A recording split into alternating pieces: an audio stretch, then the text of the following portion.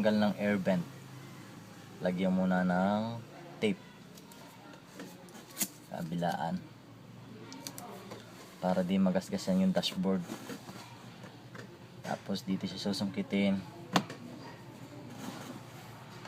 Dati hindi ko ito alam, pero salamat sa mga ka-TIP member, nagkaroon ako ng ideya. Yan. Kung paano. Daddy.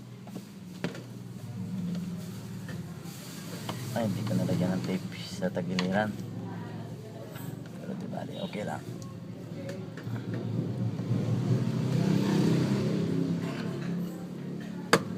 Yun. Ganun lang pala ka-simple. Bali yung lock pala niya na dito sa tagiliran. Ngayon naayusin ko siya kasi sira na. Yan nasa amin yung iba. Ayan, nasira ng isa. Pero yung dalawa, talagang lahat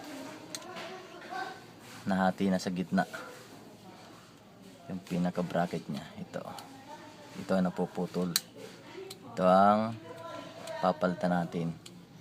Magawa tayo ng improvise na ganito.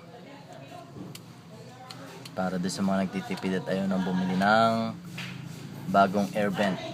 Ang bagong air vent sa Jason ay 750 pesos kung papa-ship mo, plus 155 shipping fee sa LBC. Pero kung direkta ka pupunta, 700 lang to sa Jason Auto Supply.